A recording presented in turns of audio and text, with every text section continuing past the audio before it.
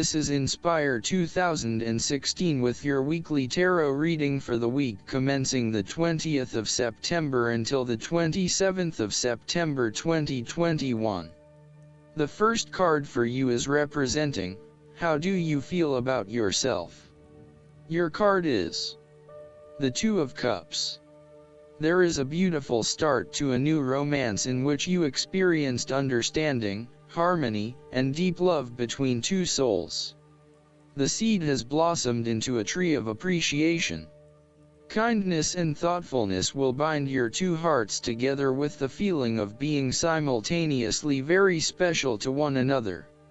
This card can also refer to marriage, proposals, and engagements, particularly as this card portrays what looks like a wedding or hand fasting. It is a reflection of commitment between two individuals, to say that they will go through life together, always considerate of each other's needs and wishes. This card typically points towards a relationship that is based on mutual attraction and romantic inclinations. It reflects the clear, nurturing, supportive and heartfelt exchange of emotions that is the gift of a romantic relationship. The Two of Cups represents love that is nurturing, creative, clearly focused, inspirational and equally fulfilling. Outside of love, the Two of Cups reflects a partnership of sorts, be it a business partnership, friendship, or even a relationship between a person and their pet. The second card for you is representing, what do you want most right now? Your card is the Seven of Wands. What do you want most right now is to maintain your position at the top while others compete and fight to achieve the same success and status that you have already achieved. Thus, competition is rife and you must continually prove yourself with the Seven of Wands. If your vision and creative effort is fulfilled to the point where there is public acclaim or acceptance of your success, then you must expect competition and challenge, as other people will no doubt also desire the same things as you. There is a challenge to the continued success of a venture or creative project from an external source. While it appears to block your path forward, you can overcome this challenge or obstacle by drawing upon your strong self-confidence, self-belief and continual self-improvement. It can also be overcome with effort and clarity of purpose. The Seven of Wands is about holding your ground, despite ongoing challenges to your position and authority. You need to take a stand and defend your position at all costs. This will take courage and persistence, but you have the strength and determination to do it. You see yourself as a battler, and no matter what the challenge, you still have it in you to stand up for yourself and fight to the end. So, although you are experiencing a number of setbacks at the moment, you need to continue fighting for what you believe in and confronting others who may oppose or threaten you. There needs to be acceptance with this card that you are not always going to be able to win everyone over. There will always be challengers and opposition to your point of view, and you cannot keep everyone happy all of the time. Thus, now is the time to draw your line in the sand, and say, this is who I am and this is what I need right now. There cannot be any compromise or negotiation at this time. Just hold your ground with determination and courage. From quite a literal perspective, this card can indicate that you will be required to give a speech or write a paper on a contentious or highly debated issue. You will need to be ready to defend your argument and present hard facts that support your point of view. Expect to be challenged, but enjoy this challenge as it will help you to create an even more robust argument. The third card for you is representing your fears. Your card is the Ace of Cups. You are afraid that you have to curb your emotions somewhat for your greater benefit. For example, ending a relationship may spur you on to wanting to cry and cry for days on end, but in order to heal, you really need to push back the tears and fight on in order to retain a balance. Try not to let your emotions get the better of you or take an unhealthy hold of your life. Sometimes it is possible to express ourselves too much, and in doing so, share our vulnerabilities or worse, attack the vulnerabilities of others. Find ways to constructively express what you feel so that you can continue through life with a more balanced perspective. Alternatively, the Ace of Cups could also suggest that you have repressed your feelings too long and it is now the time to release them. You may have bottled up so many emotions that you have become almost void of feeling true emotions and instead feel a general numbness inside. You are withholding your emotions, for fear of getting hurt. You know that in order for the relationship to move forward and flow freely you must eventually trust in your partner, but for the time being, you are holding back. You may also be experiencing a roller coaster ride when it comes to your emotional well-being. There are so many ups and downs in your life that sometimes you do not know if you are coming or going. Life has become emotionally exhausting and now your energy is running out. You need to look after your emotional health. Be conscious about how you are feeling and how this may be impacting your responses and reactions. The fourth card for you is representing what is going for you. Your card is the Three of Wands. There are opportunities to expand your horizons through study, travel, business enterprise, and learning. You need to become more aware of the opportunities that exist for you right now, as there may be more than you are aware of. To best see and take advantage of them, you must concentrate, cooperate, and remain open-minded. You may be more aware that your best opportunities lie outside of your current environment, so it is time to think big. Consider what you can do to open doors for yourself and create more development and self-exploration opportunities.